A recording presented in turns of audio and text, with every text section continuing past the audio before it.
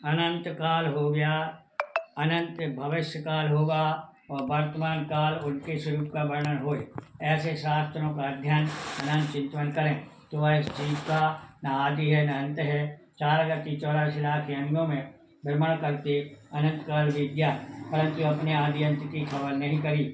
आदि कब जानिए, जब यह जीव निशांकित गुण से सम्यक को प्राप्त होए, एवं अंत कब जानिए, जब यह जीव मोहिनी कर्म को नाश कर पंचेल 24 प्रकार परिग्रह त्याग और 13 प्रकार का चार धारण करे, वह 28 मूल गुण धार कर 22 परिचय विजय कर 4 घातीय कर्मों की निर्जरा कर केवल ज्ञान प्राप्त कर 8 कर्मों का नाश करे, सिद्ध स्थान को प्राप्त हो आवागमन कर रहे तो तब अंत जानिए। इस प्रकार जिनेन्द्र के परमागम को यथा योग्य काल में बहुत विनय से पढ़ना, प्रवचन करना प्रवचन भक्ति है। संसार से उद्धार करने वाले रत्नत्रय के स्वरूप प्राप्त होने के उपाय का वर्णन परमागम में ही है। गृहस्थी के श्रावक धर्म की जघन्य मध्यम उत्कृष्ट चर्चा का तथा श्रावकोटि व्रत संयम आदि व्यवहार परमार्थ रूप प्रवृत्ति का वर्णन प्रवचन से ही जानते हैं। जय त्यागी मुनिराजों के पंच महाव्रत 28 मूल गुण 4 28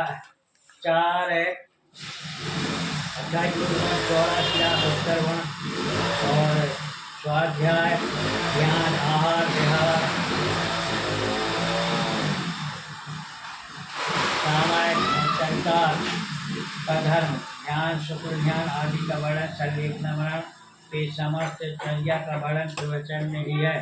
मेरा शास्त्र के अभ्यास में 2 दिन बीतता है वह धन्य है। शास्त्र के सेवन बिना संसार शरीर भोगों से वैराग्य उत्पन्न नहीं होता, इसलिए शास्त्रों के अर्थ का ही सेवन करें। अपनी आत्मा को नित्य ज्ञान दान ही करें। ज्ञान दान देने के करोड़ों धन दान देना भी दान नहीं। जो नित्य एक श्लोक आधा श्लोक एक पद मात्रा भी अभ्यास करता है वह शास्त्रों के अर्थ का पारगामी हो जाता है। विद्या की परम देवता प्रवचन के सेवन बिना मनुष्य पशु के समान है, अतः यह प्रवचन भक्ति हजारों दोषों का नाश करने वाली है।